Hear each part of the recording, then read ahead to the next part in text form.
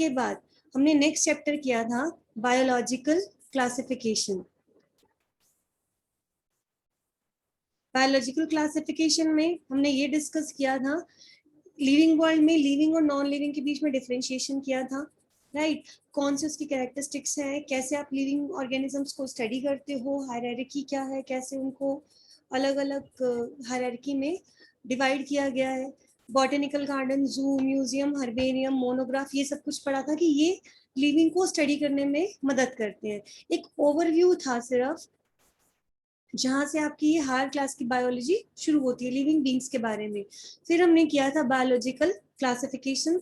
Biological classification में RH. Whittaker का classification हमने पढ़ा था। बहुत सारे साइंटिस्ट ने क्लासिफिकेशन दिया है, बट जो मोस्ट वाइडली एक्सेप्टेड है वो किसका था? आर.एच. विटेकर का, राइट। इनके अकॉर्डिंग 5 किंगडम क्लासिफिकेशन दिया हुआ है। 5 किंगडम क्लासिफिकेशन का मतलब क्या है? इस पूरे प्लेनेट पे, पूरी दुनिया में जितने भी ऑर्गेनिजम्स पाए जाते हैं, they have been divided into 5 kingdom। वो कौन कौन से हैं? Kingdom Monera, kingdom protista, kingdom fungi, kingdom Plantae और किंगडम एनिमेलिया। इस तीनों को हमने डिस्कस किया था इस चैप्टर में। ये हम अलग चैप्टर्स में डिस्कस करने जा रहे हैं। किंगडम मोनेरा जब मैंने आपको पढ़ाया था, एनिमेशंस भी दिए थे, इसमें इस प्लैनेट पर पाए जाने वाले सारे के सारे जो बैक्टीरियाज हैं वो किसमें आते हैं? किंगडम मोनेरा के अंदर। अब वो चाहे यू बैक्टीरिया हो, आर्कीबैक्टीरिया हो, साइनोबैक्टीरिया हो या फिर PPLO, they all comes under the kingdom Monera. इस तरीके से लर्न करोगे तो कभी भी नहीं भूलेगा कि मोनेरा में आपने सिर्फ और सिर्फ बैक्टीरियाज के बारे में स्टडी किया था, ठीक है। फिर हमने पढ़ा था किंगडम प्रोटिस्टा के बारे में। जैसे जैसे आप मोनेरा से एनिमेलिया की तरफ जाओगे, कॉम्प्लेक्सिटी जो है वो बढ़ती जाएगी। मोनेरा में क्या थे? ये यूनिसेलुलर थे और प्रोकैरियोट थे, सिंगल सेल थी और प्रोकैरियोट्स थे। ये क्या थे? यूनिसेलुलर, वन सेल है, लेकिन ये क्या है? साथ में यूकैरियोट, तो कॉम्प्लेक्सिटी बढ़ गई। इसमें हमने यूग्लिना के बारे में, स्लाइम मोड्स के बारे में, डायटम्स के बारे में, डाइनोफ्लैजेलेट्स के बारे में, प्लाज्मोडियम के बारे में, ये सब कुछ पढ़ा था प्रोटिस्टा के अंदर, ठीक है। ये भी ज्यादातर क्या है? एक्वेटिक है। फिर आती है फंगस। फंजाई के बारे में पढ़ा था। सेप्रोफाइटिका सबको पता है, डेड डिके मैटर पर ये सरवाइव करती है। फंगस में जब आप आते हैं तो कॉम्प्लेक्सिटी और बढ़ जाती है। ये क्या थी? मल्टी सेलुलर थी प्लस यूकैरियोट थी। यहाँ से हम यहाँ मूव कर रहे हैं, कॉम्प्लेक्सिटी बढ़ती जा रही है। ये यूनिसेलुलर प्रोकैरियोट, ये यूनिसेलुलर यूकैरियोट, ये मल्टी सेलुलर यूकैरियोट। अलग अलग क्लासेस पढ़ी थी हमने, फाइकोमाइसीट्स, एस्कोमाइसीट्स, डिटूरोमाइसीट्स, बेसिडियोमाइसीट्स। उनके मैंने एग्जांपल की ट्रिक्स बताई थी आपको, ठीक है। और इम्परफेक्ट फंजाई कौन सी है, कौन सी कहाँ मिलती है, माइसीलियम क्या है, हाइफी क्या है। फंगस का स्ट्रक्चर ऐसा होता है, बहुत सारे हाइफी जो है वो कंबाइन होकर एक नेटवर्क जैसा स्ट्रक्चर बनाते हैं। That structure is known as mycelium. ऐसा था, हाइफी थे, हाइफी जो है वो नेटवर्क लाइक स्ट्रक्चर बनाते हैं। This structure is known as the mycelium. Hyphae अलग अलग तरीके के हो सकते हैं, बहुत सारे न्यूक्लियस हो एक ही हाइफा में। ऐसा भी हो सकता है कि हाइफा जो है वो अलग अलग पार्ट्स में डिवाइडेड हो। This was all about the kingdom fungi. मुझे नहीं पता है कि आप लोगों को समझने में दिक्कत आ रही है या आप ऑनलाइन क्लास में इंटरेस्टेड नहीं हो, लेकिन जो लोग भी रिस्पॉन्स नहीं दे रहे हैं, प्लीज एटलीस्ट अपनी पढ़ाई को सीरियसली लो। जितना ऑनलाइन क्लास में मैक्सिमम एफर्ट्स हम लोग कर पा रहे हैं उतना कर रहे हैं। मटेरियल आपके पास है, एनिमेशंस आपके पास है। हालांकि इन चैप्टर्स में एनिमेशंस का कोई मतलब नहीं है। एनिमेशंस हम वहां दिखाते हैं जहाँ पे कोई ना कोई टेक्नोलॉजी समझानी हो। यहाँ मैंने एनिमेशन सिर्फ इसलिए दिए थे कि कोई इंटरेस्ट बनेगा, कुछ इमेजेस देखोगे। रेड टाइड है, एक रेड टाइड को सिर्फ इमेजिन करना और एक अपनी आंखों से देखना, लेकिन आप लोग उसको भी रिस्पॉन्ड नहीं कर रहे। समझ में नहीं आ रहा है तो एटलीस्ट मुझसे बात करो, कोई डाउट्स है मुझसे लो, लेकिन जब तक आप रिस्पॉन्ड नहीं करोगे मैं उसको रेक्टिफाई कर नहीं पाऊंगी। नेक्स्ट एक एक चैप्टर ऐसे बीतता जाएगा, आपका बैकलॉग इकट्ठा हो जाएगा अगर आप नहीं पढ़ोगे तो। प्लीज इस पे ध्यान दो। नोट्स प्रिपेयर करने का मतलब ये नहीं होता कि मैंने मटेरियल दे दिया और उसको एज इट इज आपने लिख डाला। सिर्फ उसको समझो, बुक से पढ़ो, आपको सिर्फ उसको इजी करके लिखना है। आपने अगर मेडिकल ली है, आने वाली आपकी सारा करियर, सारी पढ़ाई इसके ऊपर बेस्ड है। कम से कम अपने बेसिक्स को क्लियर करके चलो, तब भी हम आगे पढ़ पाएंगे। और ऑनलाइन मोड कुछ भी मुश्किल नहीं है, देखा जाए तो ऑनलाइन मोड के बहुत बेनिफिट्स हैं, लेकिन अगर आप इसको ढंग से लेते हो तो। नेक्स्ट चैप्टर हम स्टार्ट करने जा रहे हैं kingdom plantae as the name indicate, इसमें जो है हम या टेस्ट में कुछ मेरे पास चेक हो गए हैं, मैं थोड़ा सा लेक्चर ले लूं या कल या इस लेक्चर के बाद डिस्कस करेंगे हम। Kingdom plantae as the name indicate, इसमें जो है हम प्लांट्स के बारे में डिस्कस करने वाले हैं। अब अपना सिलेबस चेक करना, कुछ कुछ पिछली बार काफी ज्यादा सिलेबस रिड्यूस था, इस बार उतना रिड्यूस नहीं है, लेकिन कुछ है इस बार भी।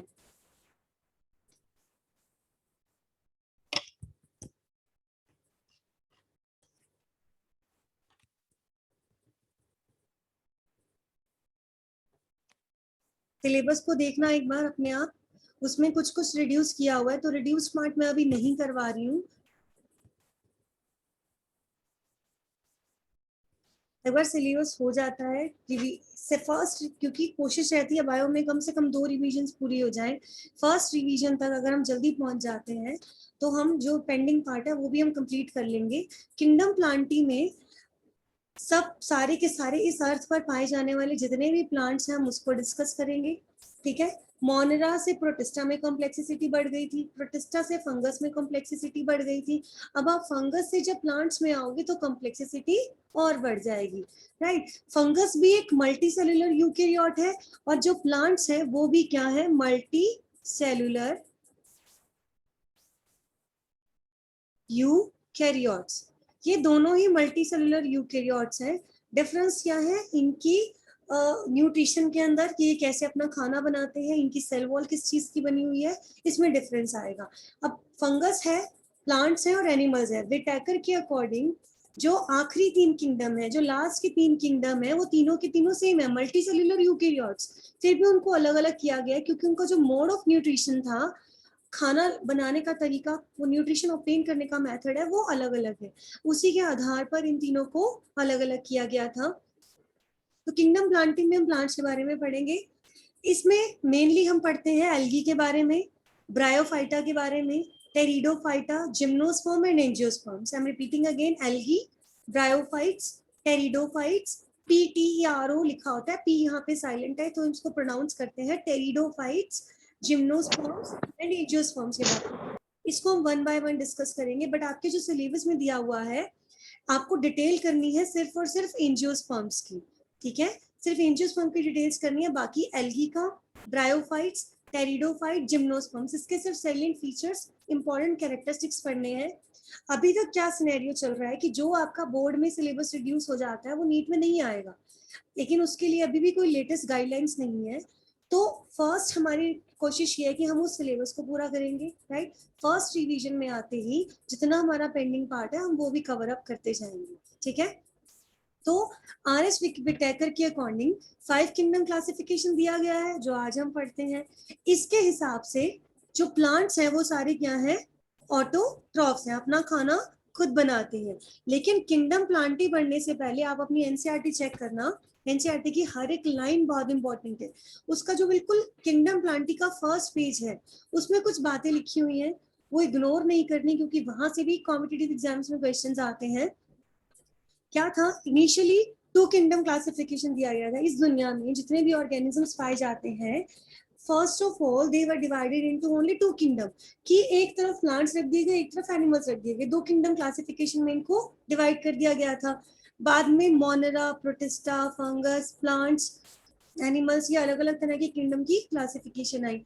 अब अगर देखा जाए तो मोनेरा में, प्रोटिस्टा में, फंगस में, प्लांट्स में सबके पास सेल वॉल होती है, बट फिर भी इनको अलग अलग किंगडम में रखा गया है। क्योंकि इसको अच्छे से ध्यान से समझना, एक कैरेक्टर के आधार पर आप उसको डिवाइड नहीं कर सकते हो।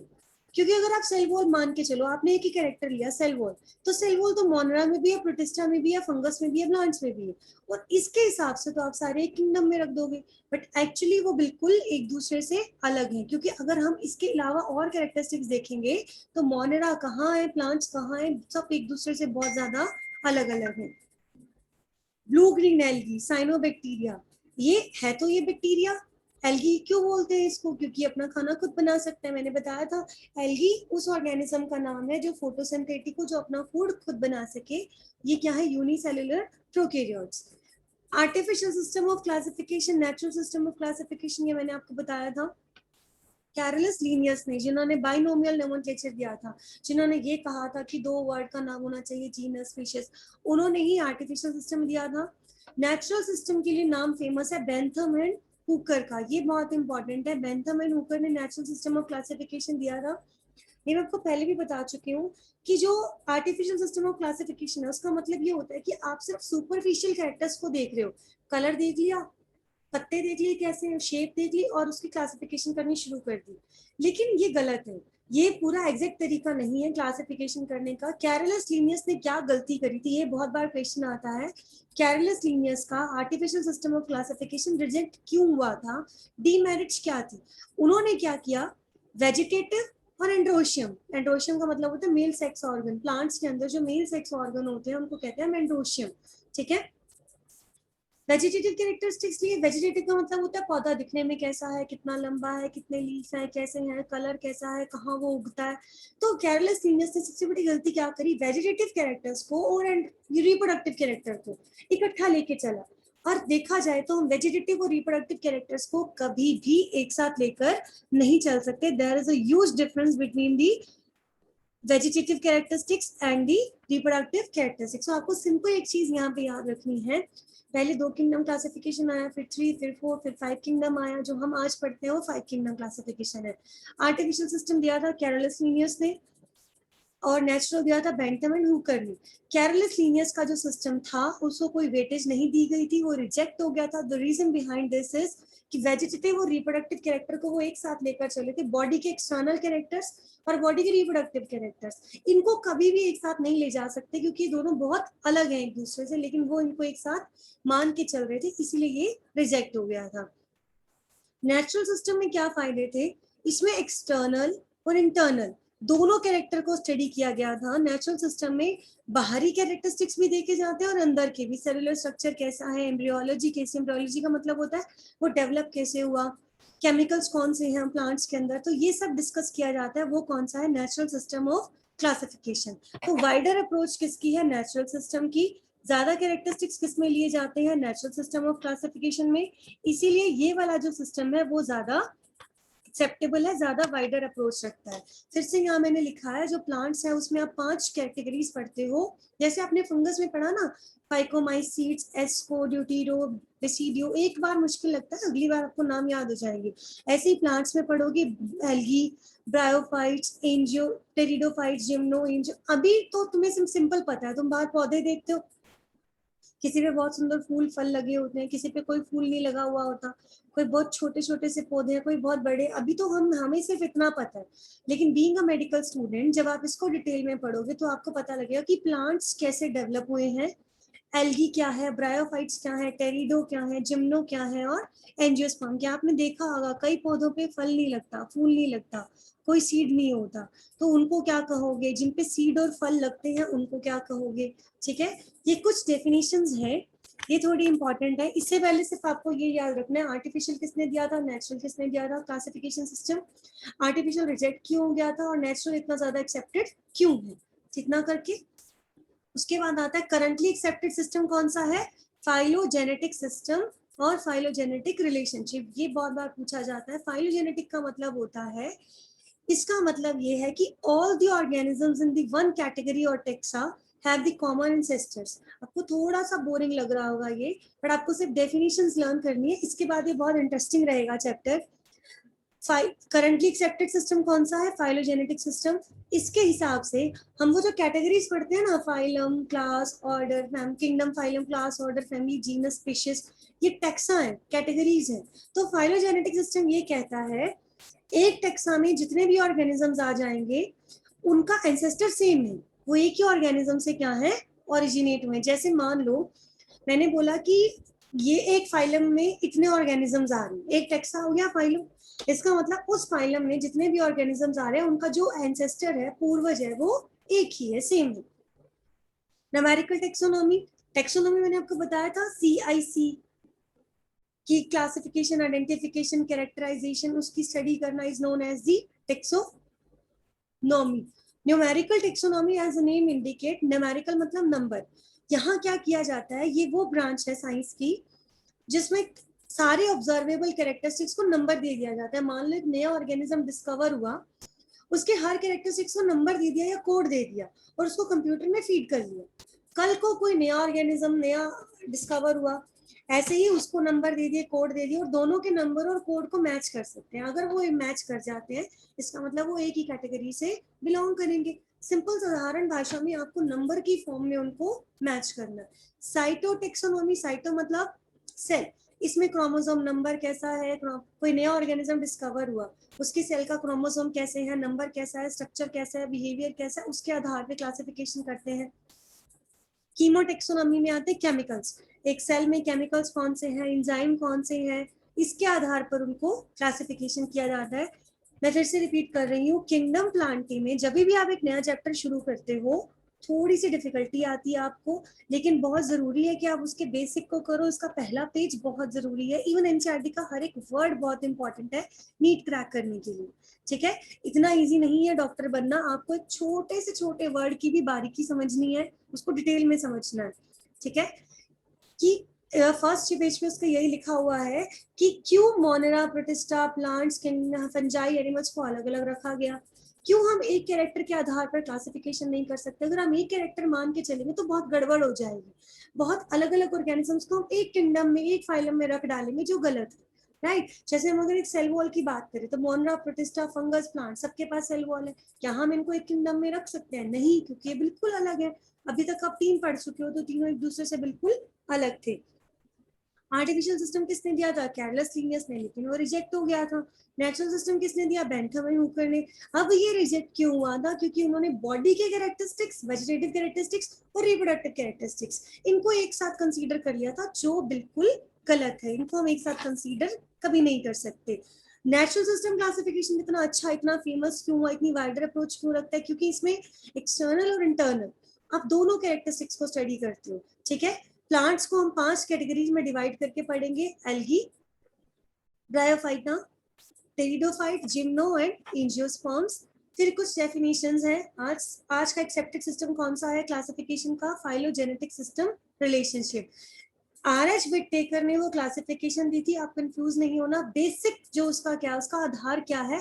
Phylogenetic relationship. कोई आपसे पूछता है 5 किंगडम क्लासिफिकेशन किसने दिया? आर.एच. विटेकर ने। आज क्लासिफिकेशन के लिए कौन सा सिस्टम अडॉप्ट किया जाता है? वो है फाइलोजेनेटिक सिस्टम ऑफ रिलेशनशिप या फिर फाइलोजेनेटिक रिलेशनशिप सिस्टम। आधार उसका ये देखा जाएगा कि एक कैटेगरी में, एक टैक्सा में जितने भी ऑर्गेनिजम्स हैं, वो सब एक ही पूर्वज से आए हैं, उनके एंसेस्टर सब कुछ एक ही है। न्यूमेरिकल टेक्सोनॉमी क्या कहती है कि नया ऑर्गेनिज्म डिस्कवर हुआ, कोई प्लांट, कोई एनिमल, तो उसके कैरेक्टरिस्टिक्स को हम नंबर देते हैं, कोड्स देते हैं और कंप्यूटर में फीड करते हैं। फिर कोई नया डिस्कवर हुआ, उसको नंबर और कोड दे दिया। इस तरीके से कंपैरिजन करना बहुत इजी है, बहुत ज्यादा आसान हो जाएगा। जब आप नंबर और कोड की फॉर्म में कोई काम करते हो तो काम करना कंपैरेटिवली इजी हो जाता है। साइटोटॉक्सोनॉमी क्या कहती है? वो सेल को कंसीडर करती है, क्रोमोसोम्स को, क्रोमोसोम्स के स्ट्रक्चर को, उनके अरेंजमेंट को। कीमो की कोई नया ऑर्गेनिज्म डिस्कवर हुआ, उसकी सेल में केमिकल्स कौन से हैं, कौन से एंजाइम्स हैं, बायोमोलिक्यूल्स, उसको कंसीडर करती है। ये कुछ डेफिनेशंस हैं। यहाँ से आपका असली किंगडम प्लांटी स्टार्ट होता है। 5 चीजें पढ़ेंगे, algae, bryophytes, pteridophytes, gymnosperm, angiosperms. ठीक है, इसको रट लेना है। ये 5 क्लासेस में डिवाइड किया गया है। डिटेल सिर्फ करेंगे एंजियोस्पर्म्स की एज पर दी सीबीएसई गाइडलाइंस। उसके पहले की एल्गी, ब्रायो, टेरिडो और जिम्नो, इसके सिर्फ सैलिएंट फीचर्स, इंपॉर्टेंट कैरेक्टरिस्टिक्स पढ़ेंगे। उतना मैक्सिमम पढ़ लेंगे कि हमें इसका सारा बेस क्लियर हो जाए अच्छे से। According to the R.H. Whittaker, 5 kingdom classification was given, जिसमें चौथा किंगडम कौन सा है आपका? Kingdom Plantae. ठीक है, आर.एच. विटेकर ने 5 किंगडम क्लासिफिकेशन दिया था। इसका आधार क्या है? फाइलोजेनेटिक रिलेशनशिप, कि वो सारे एक ही एंसेस्टर से ओरिजिनेट हुए हैं। सब एक कैटेगरी में जो ऑर्गेनिजम्स होते हैं वो एक ही एंसेस्टर से ओरिजिनेट हुए हैं। प्लांटी के कुछ कैरेक्टरिस्टिक फीचर है कि जितने भी प्लांट्स होंगे वो ऑटोट्रोफ होंगे, फोटोसिंथेटिक होंगे विदाउट एनी एक्सेप्शन। ठीक है, सभी ऑर्गेनिजम्स जो होते हैं वो प्लांट्स के ऊपर डिपेंडेंट है। क्या क्यों कहते हैं ये प्राइमरी प्रोड्यूसर है? हम कहते हैं कि sun is the ultimate source of the energy. सूरज को भगवान का दर्जा देते हैं, सन को पूजते हैं। इस ब्रह्मांड में, इस दुनिया में जो एनर्जी आ रही है, that is because of the sun. लेकिन उस एनर्जी को हम तक कौन पहुंचाता है? प्लांट्स। प्लांट्स नहीं होंगे तो वो एनर्जी यूटिलाइज कैसे होगी? तो क्या कहा जाता है कि दुनिया में जितने भी ऑर्गेनिजम्स हैं they depend upon the plants. Plants क्या है? Primary producers. क्या बोला जाता है इनको? Primary producers. Ultimate source of the energy क्या है? सन। सन से एनर्जी लेता कौन है? प्लांट्स। फिर हमें कौन पहुंचाता है? प्लांट्स। सभी प्लांट्स के पास क्या प्रेजेंट होगी? Cell wall. बैक्टीरिया की सेल वॉल किसकी बनी है? पेप्टिडोग्लाइकेंस की, राइट। फंगस की सेल वॉल किसकी बनी है? काइटिन की, क्वेश्चन भी दिया था मैंने। प्लांट्स की सेल वॉल किसकी बनी है? Cellulosic cell wall. अभी आप उस स्टेज पे नहीं हो, बड़े हो चुके हो कि मैं आपको फोर्स करूं, बहुत ज्यादा धक्का करूं। जब तक आपके अंदर से चाह नहीं होगी कि मुझे डिटेल में पढ़ना, आप नहीं कर पाओगे। मैं कितना धक्का कर लूं, झूठ बोलोगे, कहीं से देख के लिखोगे, और मैं उस स्ट्रैटेजी पे आपको नहीं पढ़ाऊंगी। ठीक है, दिल से खुद से निकलेगा कि मैंने खूब अच्छे से पढ़ना है, डिटेल पढ़नी है, आप अपने आप पढ़ोगे। कुछ भी मुश्किल नहीं है। इस टाइम जितना सिलेबस आपका कम किया गया है उसको पढ़ना कुछ भी मुश्किल नहीं है। हर चीज आपके आसपास है। आपको नॉलेज ही तो गेन करनी है, उन्हीं चीजों को तो पढ़ना है, बल्कि आपको क्यूरियोसिटी होनी चाहिए अपने आसपास की चीजों को पढ़ने के लिए। ठीक है, ये प्लांट्स के कुछ जनरल फीचर्स हैं जो आंखें बंद करके तुम्हें पता होने चाहिए। जितने भी प्लांट्स होंगे उसके पास सेल वॉल होगी। सेल वॉल सेलुलोज की बनी होगी। All the plants are the autotroph, ये अपना खाना खुद बना सकते हैं। क्या है ये? Photosynthetic organisms. सबके पास पिगमेंट होता है, या तो क्लोरोफिल होगा या कोई और पिगमेंट होगा, जिसकी वजह से ये फोटोसिंथेसिस परफॉर्म करते हैं। ठीक है, फिर बात आती है सेक्स ऑर्गन्स की, जो रिप्रोडक्शन के लिए रिस्पॉन्सिबल है। जैसे फीमेल के अंदर जो सेक्स ऑर्गन होता है प्लांट्स के केस में, उसको क्या कहते हैं? गाइनोशियम। ठीक है, कार्पल भी बोलते हैं। मेल का जो सेक्स ऑर्गन होता है उसको कहते हैं एंड्रोशियम। जैसे ह्यूमंस में मेल और फीमेल सेक्स ऑर्गन अलग अलग है, उसी तरह प्लांट्स में भी मेल और फीमेल सेक्स ऑर्गन अलग अलग होते हैं। मेल सेक्स ऑर्गन को कहा जाता है एंड्रोशियम, फीमेल सेक्स ऑर्गन को कहा जाता है गाइनोशियम। ठीक है, और ये जैकेटेड होते हैं। जैकेटेड का मतलब होता है ये ढके हुए होते हैं, कवर्ड होते हैं, राइट। एल्गी के अंदर सेक्स ऑर्गन नॉन जैकेटेड होते हैं, मैंने पहले बताया था। एक्वेटिक प्लांट्स, अब इनको दो कैटेगरी, दो तरीकों से आप पढ़ सकते हो। पहला, पानी में उगने वाले प्लांट्स, और जमीन पे उगने वाले प्लांट। पानी में उगने वाले प्लांट्स में एल्गी पढ़ते हैं हम। एल्गी तीन टाइप की होती है, green algae, red algae, brown algae. ध्यान देना, ब्लू ग्रीन एल्गी हम यहाँ नहीं पढ़ते क्योंकि वो किसमें आई थी? बैक्टीरिया में, साइनोबैक्टीरिया था। एल्गी पानी, पौधे जो पानी में उगते हैं, पौधे जो धरती पे उगते हैं। ये पौधों के कुछ जनरल कैरेक्टरिस्टिक्स हैं, समझ में आ गए होंगे आपको। आरएस विटेकर का चौथा किंगडम प्लांटी है, अपना खाना खुद बनाते हैं, इनके पास सेल वॉल होती है, कुछ पिगमेंट्स होते हैं। जो पानी में उगते हैं एल्गी, जो धरती पे उगते हैं वो ब्रायो, टेरिडोफाइट्स, जिम्नोस्पर्म्स एंड एंजियोस्पर्म्स। ठीक है, एल्गी में हम तीन तरह की एल्गी पढ़ेंगे, ग्रीन, रेड और ब्राउन। सिलेबस में नहीं है इसकी further classification, as if now नहीं है, लेकिन हम कुछ कुछ एग्जांपल्स इसके पढ़ेंगे। आपके सिलेबस में पढ़ना नहीं है तो मुझसे दोबारा ले लेना, उसमें स्पेशल लिखा हुआ है एल्गी, ब्रायो, टेरिडोफाइट्स की, जिम्नो की। आपको फीचर्स पढ़ने और मेन मेन एग्जांपल्स पढ़ने, यहीं से क्वेश्चंस आते हैं कॉम्पिटिटिव एग्जाम्स में। एंजियोस्पर्म की पूरी डिटेल पढ़ेंगे हम। सबसे एडवांस प्लांट्स जो होते हैं वो क्या है? एंजियोस्पर्म। सबसे लास्ट में इनको रखा गया है। ठीक है, और सबसे ज्यादा ये एडवांस क्या है? प्लांट्स है। प्लांट्स को दूसरे तरीके से भी क्लासिफाई, अगर कोई कहता है classify the plants on the basis of their habitat, तो आप क्या कहोगे? पानी में उगने वाले प्लांट्स एक्वेटिक, धरती पे उगने वाले मतलब जमीन पे उगने वाले लैंड प्लांट्स। एक्वेटिक में कौन आ जाती है? एल्गी। लैंड प्लांट्स में ब्रायो, टेरिडोफाइट, जिम्नोस्पर्म, एंजियोस्पर्म, ये सब आ जाते हैं। ठीक है, अगर आपको करना हो classify on the basis of their type of the body, उनका बॉडी स्ट्रक्चर कैसा है, तो आप उसको दो तरीके से क्लासिफाई करते हो, क्रिप्टोगैम्स एंड फेनेरोगैम्स। ठीक है, क्रिप्टोगैम्स का मतलब होता है जिसमें सीड्स नहीं बनते। फेनेरोगैम्स का मतलब होता है जिसमें सीड्स बनते हैं। वेरी वेरी इंपॉर्टेंट, ऐसे प्लांट्स जिनमें सीड प्रोडक्शन नहीं होता, बिना सीड के ही ग्रो करते हैं, उनको क्या नाम दिया जाएगा? क्रिप्टोगैम्स। जिनमें सीड बनते हैं उनको क्या कहते हैं? फेनेरोगैम्स। ये लोअर प्लांट्स कहलाए जाएंगे। ठीक है, सीड्स नहीं बनते इनके अंदर। इनके एग्जाम्पल है थैलोफाइटा, ब्रायोफाइटा, टेरिडोफाइटा। इस एल्गी को थैलोफाइटा भी कहते हैं, फाइटा का मतलब है प्लांट, ब्रायोफाइटा, टेरिडोफाइटा। इसमें कौन से आ जाएंगे? जिम्नोस्पर्म्स और एंजियोस्पर्म्स। ठीक है, एल्गी की जो बॉडी होती है वो थैलस की जैसी होती है, इसीलिए कहते हैं थैलोफाइटा। थैलस का मतलब होता है ऐसे बेढंगा सा कुछ स्ट्रक्चर होता है। एल्गी देखो काई जमी हुई होती है जगह जगह, ग्रीन कलर की आपने देखी होगी। ऐसा बेढंगा सा स्ट्रक्चर होता है, कोई दिखाई नहीं देता। ट्रू आपके आपको जहन में जब आपको कोई बोलता है प्लांट, आपके जहन में एक इमेज आती है कि एक प्लांट है, नीचे उसकी जड़ें हैं, तना है उसका, उसके लीफ हैं, उसकी टहनियां हैं, स्टेम्स हैं, इस तरीके का स्ट्रक्चर आपके माइंड में आ जाएगा। बचपन से हमने यही देखा है। एल्गी को कहते हैं थैलोफाइटा, थैलस। थैलस का मतलब होता है एक बेढंगा सा स्ट्रक्चर जिसमें कोई ट्रू रूट, स्टेम, लीफ इस तरीके के स्ट्रक्चर दिखाई नहीं देते, एक ऐसे स्ट्रक्चर सा दिखाई देता है अजीब सा। This is known as the thallus. Bryophyta के बारे में स्पेशली कहा जाता है इनके पास जाइलम फ्लोएम नहीं होते। टेरिडोफाइटा के पास जाइलम और फ्लोएम होते हैं, ठीक है। जिम्नोस्पर्म भी सीड्स बनाते हैं, एंजियोस्पर्म से सीड्स बनाते हैं, बट इनके सीड्स नेकेड होते हैं, फ्रूट्स नहीं उगते इनके। एंजियोस्पर्म्स में सीड जो होते हैं फ्रूट में इनक्लोज होते हैं। हमने गवावा खाया होगा, अमरूद में बीज देखे हैं, ठीक है, नींबू में बीज होते हैं, संतरे में बीज होते हैं, बहुत आपने ऐसे बहुत फ्रूट्स देखे होंगे, सब्जियां देखी होंगी, इनके जो सीड होते हैं वो फ्रूट्स के अंदर ढके हुए होते हैं। तो ये है एंजियोस्पर्म्स। जिनके सीड्स नेकेड होते हैं वो क्या है, जिम्नोस्पर्म। ये ओवरव्यू आज के लिए मैं आपको इतना ही काम दे रही हूँ कि आपको ये क्लासिफिकेशन टिप्स पे होनी चाहिए, बेसिक फीचर्स। एल्गी क्या है, Thallophyta.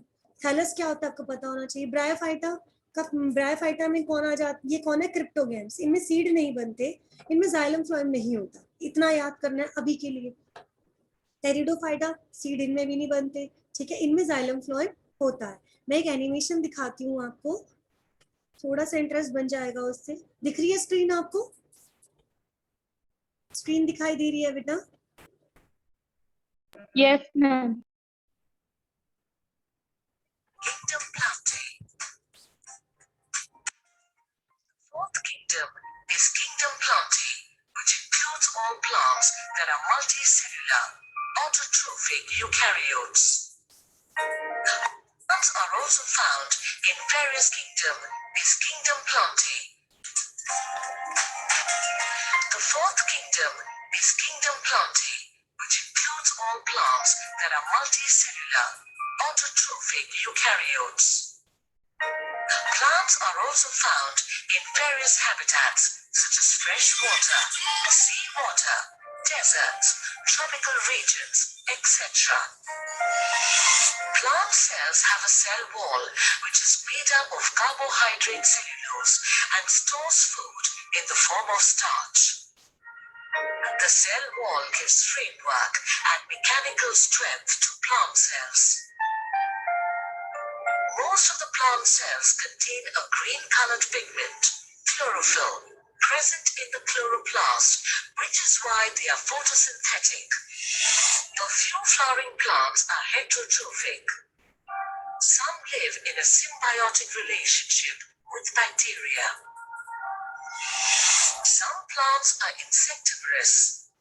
For example, the Venus flytrap. कुछ ये बता रहे हैं कि कुछ प्लांट्स ऐसे भी हैं रेयर केसेस में जो अपना खाना खुद नहीं बना सकते, वो दूसरों से खाना लेते हैं। आपने इंसेक्टिवोरस प्लांट सुने होंगे।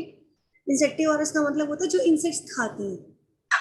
Traps insects and digests them and gains its nutrients. While some plants like Cuscuta are parasitic, that is, they live on other plants for their nutrients. Plants are immobile and do not exhibit locomotion as seen in protists or other animals. अब तक हमने जो पढ़ा था वो move कर सकते थे, लेकिन ये जो है मूव नहीं कर सकते। Show sexual mode of reproduction, while some show an asexual mode of reproduction. Plant life cycles have two alternating phases, a haploid phase and a diploid phase. The diploid phase is called the sporophyte and produces spores, while the haploid cell is called a gametophyte and produces gametes. Kingdom planting is mainly divided into 5 phyla: Bryophyta, Lycopodophyta, Philicinophyta, Coniferophyta and Angiospermophyta. इन्होंने दूसरे तरीके से naming दी हुई है, लेकिन हम ऐसे ही याद रखेंगे, algae, bryophytes, pteridophytes, gymno and angiosperms. Bryophytes are green plants in which the gametophyte is the dominant generation. They lack the water conducting and food conducting vessels, xylem and phloem respectively. Most bryophytes grow on land, but they are largely restricted to damp environments. They do not have true roots, but they are anchored with the help of rhizoids. ये question बहुत बार पूछा जाता है कि bryophytes के अंदर Bryophyta. Lycopodophyte, they are anchored with the help of bryophytes के अंदर रूट्स नहीं होती, तो वो जमीन पे किस तरीके से अटैच होते हैं, ये बहुत कॉमन क्वेश्चंस हैं, पास्ट एग्जाम से बहुत बार पूछा जा चुका है। तो रूट के जैसा ही इनमें स्ट्रक्चर पाया जाता है, दैट इज द राइजोइड्स। ये मैं आपको अभी डिटेल में आगे कराऊंगी। Mosses are the examples of Bryophyta. Lycopodophytes are plants with extremely small, spirally arranged leaves. A good example of the same is club moss. Ferns are phyllosynophytes. Their leaves are tightly coiled and uncoiled in their early growth and development. On the lower surface of their leaves are clusters called sori.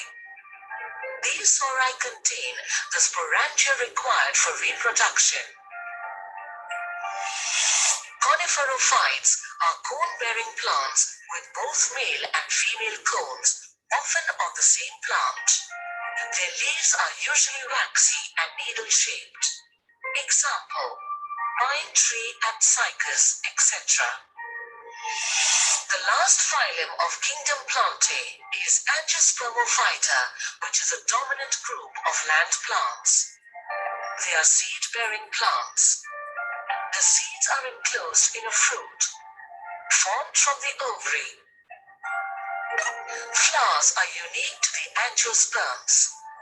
The development of flowers has been associated with the evolution of complex mechanisms for pollen transfer and seed dispersal.